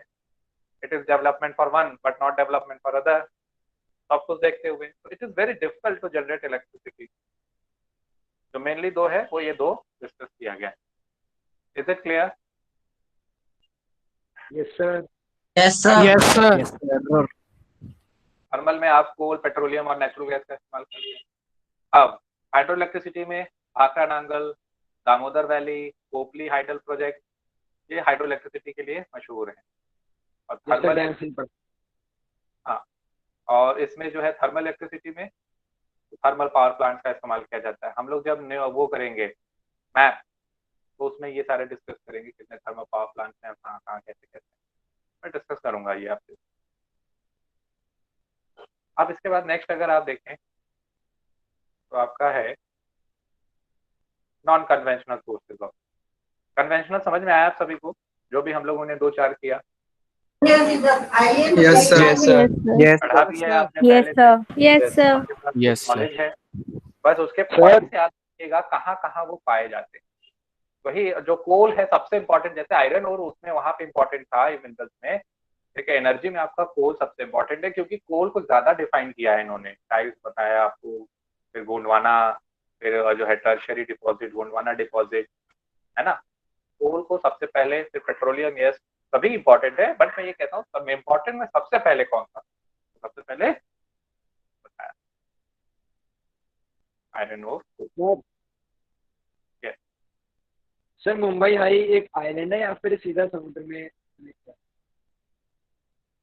Mumbai high is a place from where we extract petroleum. Sir ये प्लेस कोई आइलैंड है या फिर हम ये फिर पानी मतलब और हमने प्लांट बनाया है वहाँ पे? प्लांट बनाया आई थिंक, देख लेना। बट ये अपीयरेंस एक बार चेक कर लेना इसको, ठीक है बेटा? Okay sir. इसमें अब आते हैं नेक्स्ट क्वेश्चन आपका। नेक्स्ट क्वेश्चन आपका क्या है? Non conventional sources of energy. तो non conventional sources of energy में आप देखोगे, आपने पढ़ा भी है, आप जानते भी हैं कि कैसे कोल का इस्तेमाल और पेट्रोलियम के इस्तेमाल से हमारा जो है किस तरीके से लॉस हो रहा है, सबसे बड़ा एनवायरमेंटल लॉस। और ये जो ऑयल हमें खरीदना पड़ रहा है फोसिल फ्यूल्स को, वो उससे कितना हमारा फॉरेन एक्सचेंज जा रहा है। ऑयल के प्राइसेस जब बढ़ जाते हैं तो कितना ज्यादा प्रॉब्लम होती है। पेट्रोल के दाम बढ़ जाते हैं तो देखते हो सरकारें के ऊपर कितना ज्यादा लोग जो है कि आजकल तो बहुत पड़े हुए हैं, है ना। Yes sir. तो इस तरीके से बहुत बड़ा इसका इम्पैक्ट पड़ता है। और हमारा डिपेंडेंस जानते हो, मैंने बता दिया 80% है, बहुत ज्यादा। तो हमें non conventional source of energy की तरफ मूव करना चाहिए। आप लोगों ने सुना होगा शायद इंटरनेशनल सोलर अलायंस के बारे में, पढ़ाया है मैंने कभी 9th में? No sir. No, sir. 9th के बारे में नहीं पता सर, 10th में नहीं पढ़ा है। इंटरनेशनल सोलर अलायंस मैंने बताया होगा जीके में, पर नरेंद्र मोदी, फ्रांस के लोग सब जो है कि सोलर अलायंस बना रहे हैं, बड़े पैमाने पे सोलर अलायंस भी एग्जिस्ट करता है। हम non conventional sources of energy की तरफ मूव कर रहे हैं। चलो हम लोग बाद में इसके बारे में बात करेंगे। तो ये रहा फोसिल फ्यूल्स के बारे में, क्या इससे जो है कि हमें प्रॉब्लम हो रही है और क्यों हमें non conventional sources of energy की तरफ मूव करना चाहिए। You will prepare a short note on this, ठीक है? Here you will find that it is a pressing need to use renewable energy sources like solar energy, wind, table, biomass energy from waste materials, and these are called non-conventional energy sources. और India भी देखो tropical subtropical है, तो it means abundance of sunlight, water भी है, wind भी है, biomass भी है, तो we can generate non conventional sources of energy. अब आते हैं सबसे पहला न्यूक्लियर एंड और एटॉमिक एनर्जी पे। तो न्यूक्लियर और एटॉमिक एनर्जी पे आओगे अगर आप, तो आई थिंक आपके साइंस के सर ने बताया होगा आपको यूरेनियम 235 और थोरियम, ये सब बताया होगा। फ्यूजन और फ्यूजन यस सर। कैसे एटम के कैसे किसी एटम के न्यूक्लियस को ब्रेक किया जाता है, तो उस न्यूक्लियस के ब्रेक करने से एनर्जी रिलीज होती है, पढ़ा है आपने? Yes sir. वो न्यूक्लियर फिजन होता है। Yes sir. न्यूक्लियर फिजन होता है, तो उसमें जो है कि किसके हेल्प से आप उसको उसके न्यूक्लियस को ब्रेक करते हो, कौन से रेज है sir? Gamma rays. Sir beta gamma rays. Gamma rays. Okay gamma rays sir. Gamma rays की स्पीड कितनी होनी चाहिए?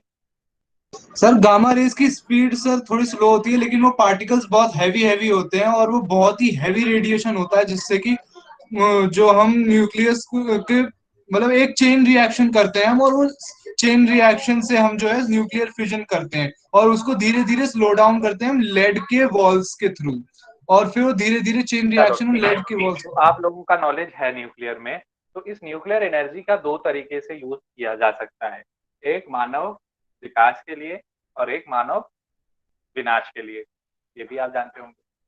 Yes sir.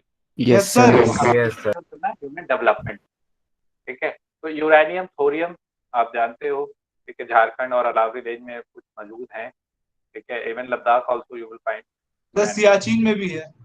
हाँ, monazite Sands of Kerala is also rich in thorium, ये कई बार पूछा गया है एनटीएससी के एग्जाम में, याद रखिएगा इसको, पेपर उठा के देखना, ठीक है। तो याद रखिएगा, इसमें 6 न्यूक्लियर पावर प्लांट के बारे में डिस्कशन है, विल डू 7, ठीक है, 7 हैं। उन 7 में आप देखते हैं, तो यहाँ पे देखते हैं कौन कौन से हैं।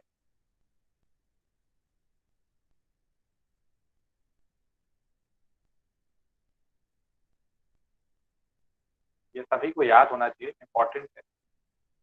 पहला है न्यूक्लियर पावर प्लांट, आपको मैप में दिख रहा है, मैप में दिख जाएगा, देखो। एक है आपका पहला एनसीईआरटी में, हाँ, ककरापारा। सर हमारे पेपर हुआ था सर, उसमें सिर्फ पहला वाला ये आया था, ककरापारा। ठीक है, ककरापारा, तारापुर, नौरोरा, चौथा रावत भाटा, फिर उसके बाद 5वां कलपक्कम,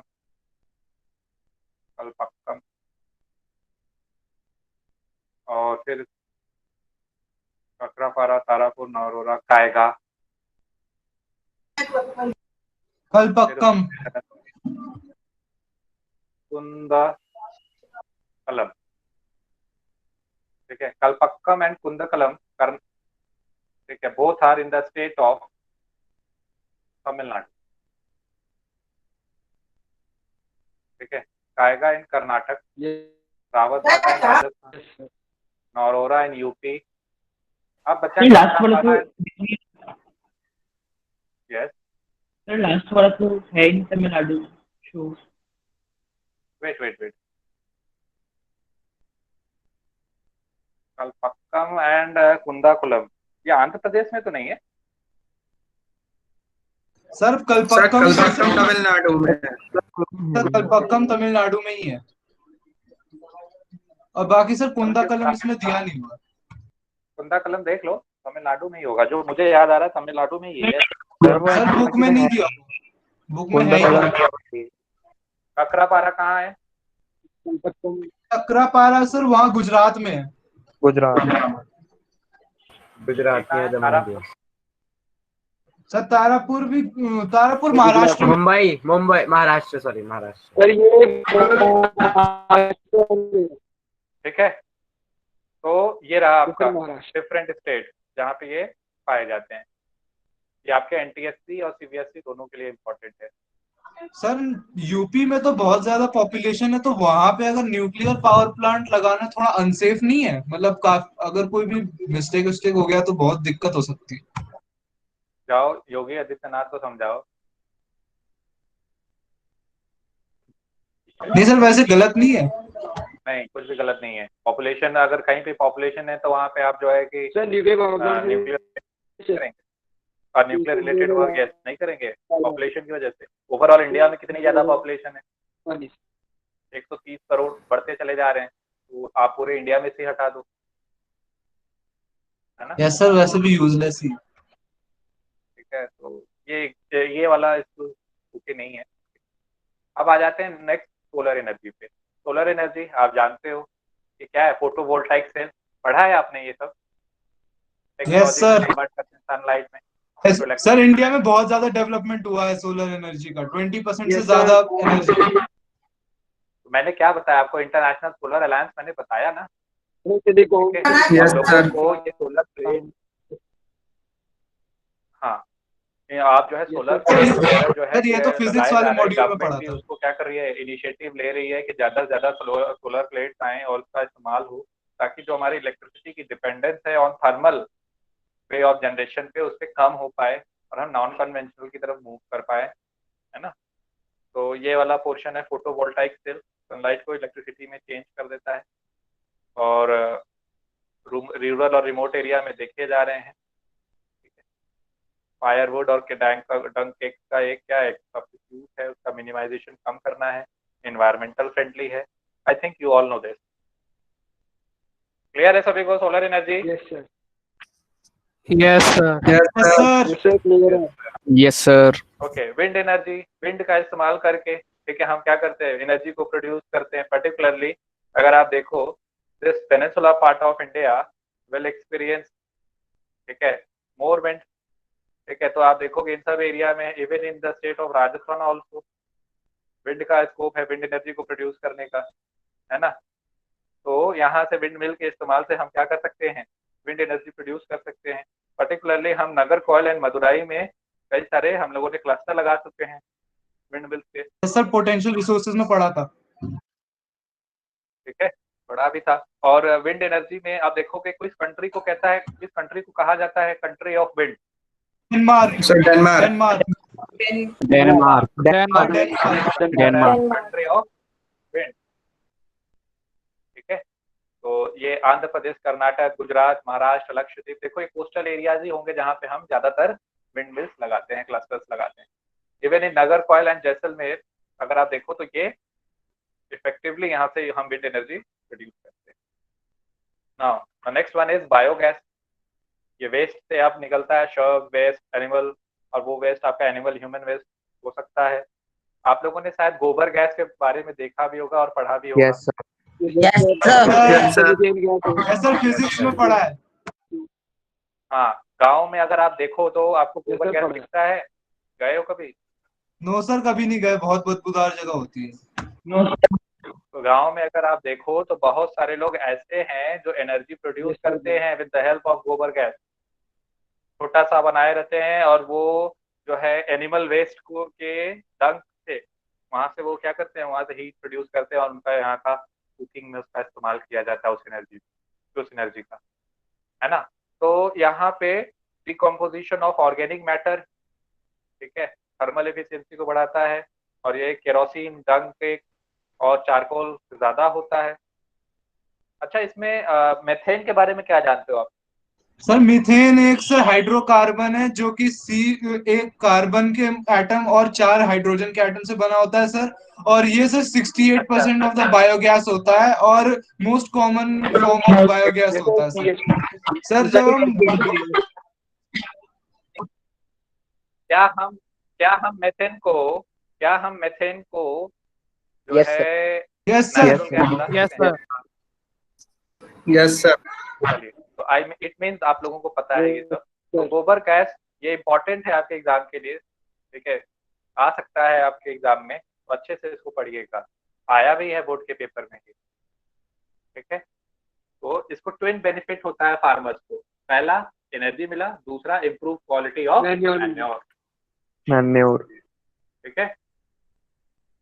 तो कैटल डंग का हम इस तरीके से इस्तेमाल कर सकते हैं, ठीक है। हमारी डिपेंडेंसी फ्यूल वुड और काउ डंग से क्या हो जाएगी, थोड़ी कम हो जाएगी। अब आते हैं next tidal energy. Tidal energy में भी आपने पढ़ा ही होगा, आपने इसके बारे में सुना है? Yes sir. जी पढ़ा है? नो सर इसके बारे में no sir tide and neap no sir. पढ़ा है? सर ये है क्या? No sir. सर पढ़ा नो भी होगा सर तो भूल गए। सर टरबाइन अच्छा का पढ़ा टाइडल एनर्जी में आप टाइड क्यों आता है ये तो आप जानते हो, gravitational force of yes earth sir. ये पढ़ा होगा। Yes sir. Yes yes sir. हाँ sir gravitational pull of moon and celestial bodies के ठीक है, तो इससे क्या होता है, अगर हमने डैम बना लिया, ठीक है, डैम बनाया है और वहां पे उसकी वजह से वाटर आता है यहाँ पे, ठीक है, if due to tide tide आ जाती है, वाटर आ जाता है, इनलेट्स इसके डोर बने होते हैं डैम के नीचे, उस इनलेट को खोल दिया जाता है, वाटर यहाँ पे रिसाइड हो जाता है, ठीक है। अब जब टाइड के बाद नीप आ रहा है, नीप जब ये वाटर यहाँ से रिसाइड करके यहाँ वापस चला जाता है, तो अब क्या किया जाता है, इसी इनलेट को खोल दिया जाता है और वाटर फिर यहाँ से ड्रॉप करता है, वहाँ टरबाइन लगा दिया जाता है और उस टरबाइन की हेल्प से इलेक्ट्रिसिटी जनरेट कर दी जाती है। सबसे ज्यादा टाइडल के हेल्प से कहाँ पे एनर्जी जनरेट की जाती है? इन the state of Gujarat. Gujarat की जाती है, गुजरात में की जाती है। ओके, वेस्ट बंगाल में भी किया जाता है, सुंदरबन रीजन में, ठीक है। तो ये टाइडल एनर्जी के बारे में समझ में आई बात, टाइडल एनर्जी की। Yes sir yes sir. Yes sir. Yes sir. अब उसके बाद आते हैं जियोथर्मल एनर्जी। तो जियोथर्मल एनर्जी के बारे में मैंने आपको बताया था, इंडो ऑस्ट्रेलियन प्लेट और आपका यूरेशियन प्लेट, दोनों का क्या हुआ था? सर कोलिजन हुआ, ठीक है। और मैंने अभी भी आपको ये बताया है कि there is a subduction, Indo Australian plate अभी भी सबडक्ट हो रहा है यूरेशियन प्लेट के अंदर। यस सर, वो इसलिए Himalaya is an unstable zone, मैंने ये भी बताया है। यस तो सर। अब यहाँ पे ये बात मैं क्यों बता रहा हूँ, जियोथर्मल एनर्जी क्या है कि हम अर्थ के एनर्जी के हेल्प से क्या करते हैं, अर्थ की जो एनर्जी है उससे जो है वाटर हीट होता है, ठीक है, जो हम वाटर एक्सट्रैक्ट करते हैं और उस वाटर के हीट के स्टीम को हम इस्तेमाल करते हैं in further in generation of in making of electricity. Sir ammonia भी यूज होता है इसमें, वोलेटाइल लिक्विड यूज होता है। जो इसका प्रोजेक्ट है, इसका जो प्रोजेक्ट है वो हिमालयन रीजन पे ही है, ठीक है, चाहे वो कुगा वैली हो, चाहे वो पार्वती वैली हो, वो रीजन क्या है, वही हिमालय का अनस्टेबल जोन, सबडक्शन हो रहा है। जो अर्थ का हीट है उससे वाटर क्या होता है, हीट अप हो जाता है, इसके हीट से अर्थ का हीट वहां पे ज्यादा होता है, वहां पे कम डेप्थ पे ही जाओगे अर्थ का हीट महसूस करने लगोगे। समझ में आ रहा है वहां पे अर्थ का हीट ज्यादा क्यों है? समझ में आ रहा है अर्थ का हीट ज्यादा क्यों होगा हिमालय क्यों है ज्यादा? Yes sir. यहाँ पे ऐसे सबडक्शन हो रहा है धीरे धीरे, ठीक है। तो ये वाला पोर्शन, सबडक्शन मतलब एक प्लेट जब दूसरे प्लेट से टकराती है तो जो भारी प्लेट जिसकी डेंसिटी ज्यादा होती है वो तो ठीक है एज इट इज, बट जो जिसकी डेंसिटी कम है उसके वो जिसकी डेंसिटी कम है उसका सबडक्शन होगा, वो धीरे धीरे नीचे जाएगी, ठीक है। और उसके जगह पे हो सकता है मैग्मा भी बाहर निकल आए, इकोजाइट फॉर्मेशन होता है और वो इकोजाइट फर्दर मैग्मा में चेंज होकर बाहर निकल आ सकता है, ठीक है। तो ये मैंने शायद फिजिकल फीचर्स में बताया था। आप सिर्फ इतना समझो कि हिमालयन पार्ट में आप जियोथर्मल एनर्जी का इस्तेमाल कर सकते हैं। देखो कह रहा है ना, earth grows progressively hotter with increasing depth, तो ये हर जगह नहीं है, सिर्फ ये आप देखोगे हिमालयन वाले पार्ट, ठीक है। Okay, high temperature and shallow depth, yes someone is saying something. Yes sir. Sir जो वो कैम्ब्रिक ग्लोबेन गुजरात में है सर, वो भी जियोथर्मल का एग्जांपल है, तो सर वो तो गुजरात तो दूसरा हो गया, अलग हो गया। कहाँ पे सर? एक नाम है कैम्ब्रिक ग्लोबेन गुजरात में, ये भी जियोथर्मल का एक वहाँ पर होती है। तो यहाँ पे भी तो प्लेटें हैं, यहाँ पे भी तो आप समुंदर है और गुजरात कोस्टल एरिया है। तो सर हिमालयन रीजन को एक बार बता कैसे? हिमालय रीजन में पर्टिकुलरली मैं बता रहा हूँ वहां पे स्कोप ज्यादा है क्योंकि हिमालय एक अनस्टेबल जोन है, ठीक है। वहां पे ज्यादा डेप्थ पे नहीं जाना होगा और आपको जो है कि जियोथर्मल एनर्जी आपको जो है आसानी से मिल जाएगी। वहां के ग्राउंड वाटर जो है जल्दी हीट अप हो जाते हैं। कंसेप्ट है, मैंने बताया था, मैं इसको भी एक्सप्लेन नहीं कर सकता, ठीक है, क्योंकि टाइम लग जाएगा, कभी और एक्सप्लेन कर दूंगा, ठीक है।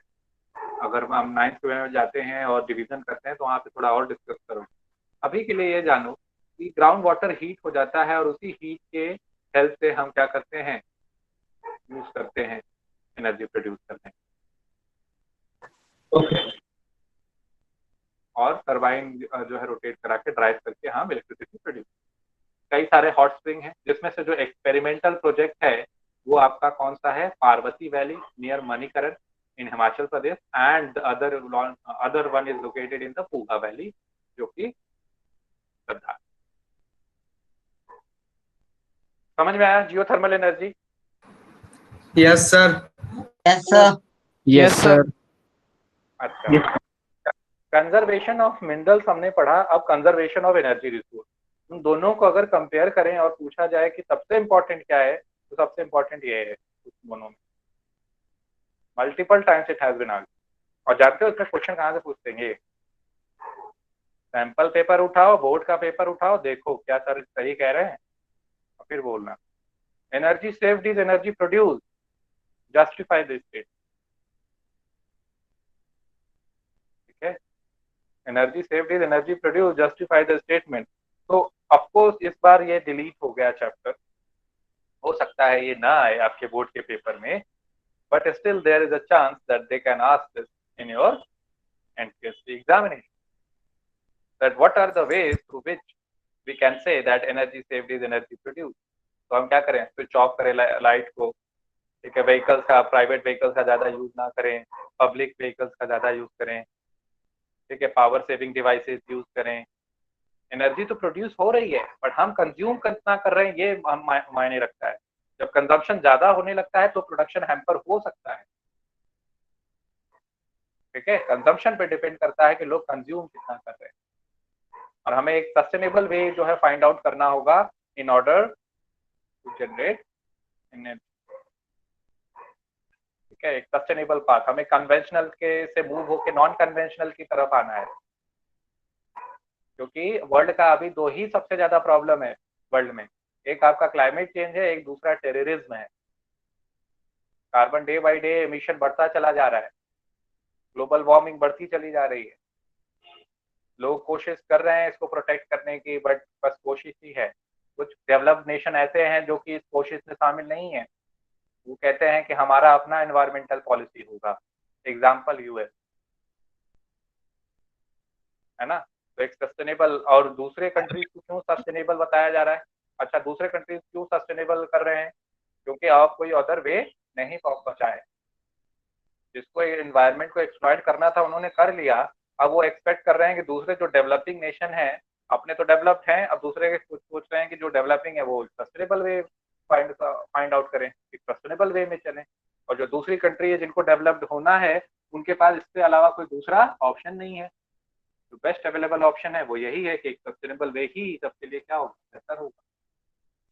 सर यूएस का तो लेकिन एनवायरनमेंट फिर भी क्लीन है ना, और वहाँ पे तो एनर्जी तो वहाँ पे, मैं कह रहा हूँ सर यूएस का तो एनवायरनमेंट काफी क्लीन है, तो सर उसको क्या जरूरत है? किसने बताया आपको उनका एनवायरनमेंट बहुत क्लीन है? सर वो तो बस यूएस में किसी ने बताया होगा ना, किसने बताया? Yes sir. सर एक सिटी सर्वे में मैंने देखा था कि मोस्ट ब्यूटीफुल सिटी। एक काम करो, आप जो है कि एक बार इसको गो थ्रू करो, ठीक है, गो थ्रू करो, नेक्स्ट क्लास में फिर बात करना। एनवायरमेंटल रिलेटेड प्रॉब्लम, ठीक है, कहाँ कहाँ है, और सबसे ज्यादा जो है एनवायरमेंट को ओवरऑल वर्ल्ड लेवल पे किसने डैमेज किया है, और कौन अभी भी जो है कि इन क्लाइमेट चेंज की पॉलिसीज को अडायर नहीं कर रहा है। अभी यहाँ पे एक टर्म है कार्बन क्रेडिट, आप लोग अभी छोटे, इतना ज्यादा नहीं बताना चाहिए, फिर भी कार्बन क्रेडिट एक टर्म है, इसको भी चाहो तो पढ़ सकते हैं। सबका एक लिमिट है कार्बन एमिशन का, ठीक है। तो इतने ही लेवल तक कार्बन एमिशन होना चाहिए पूरे वर्ल्ड वाइड, और उसमें जो है लोगों अलग अलग कंट्रीज को क्रेडिट दे दी गई है। अब क्या करते हैं, कार्बन क्रेडिट जो कंट्री सबसे कम कार्बन एमिशन कर रही है वो उस कंट्री को वो कार्बन क्रेडिट बेच सकती है, उसके बदले में पैसे मिल सकते हैं। तो अलग अलग तरीके हैं।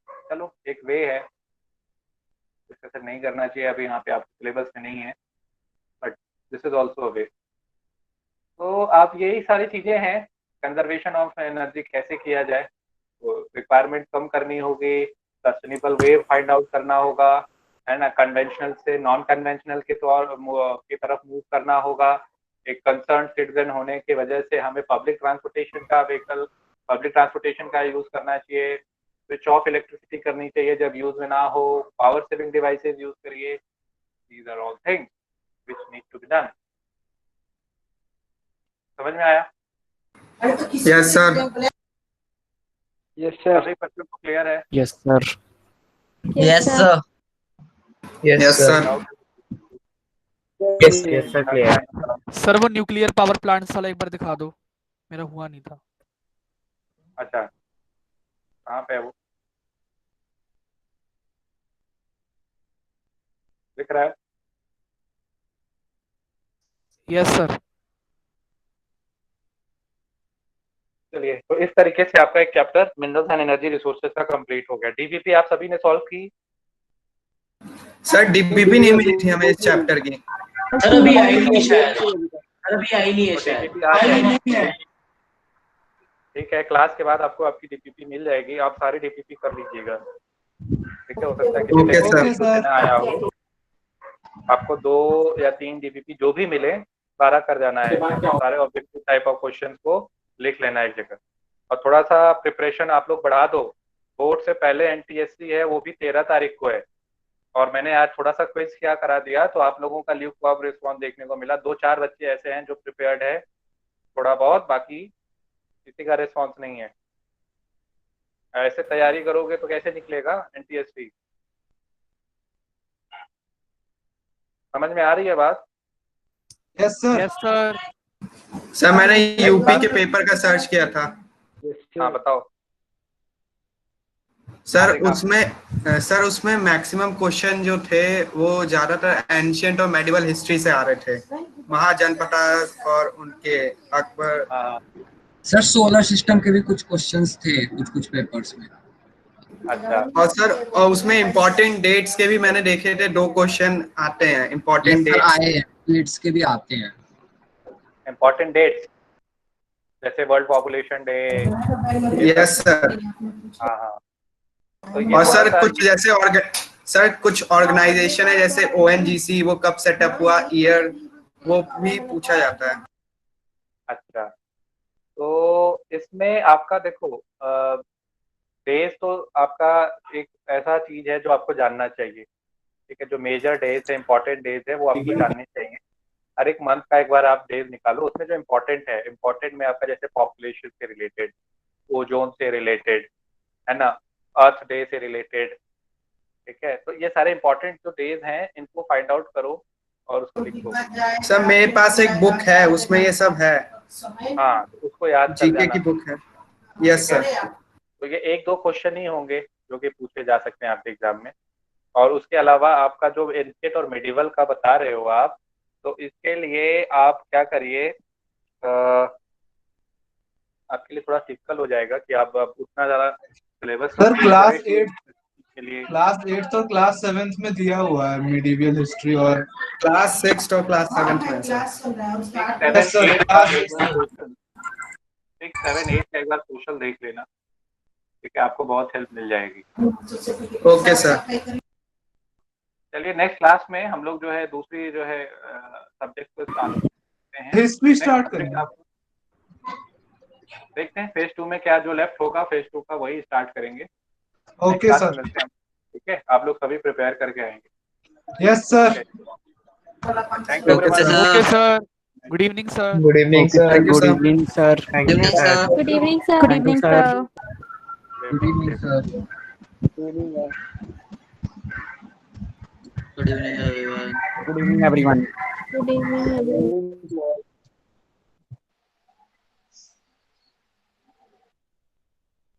Good evening.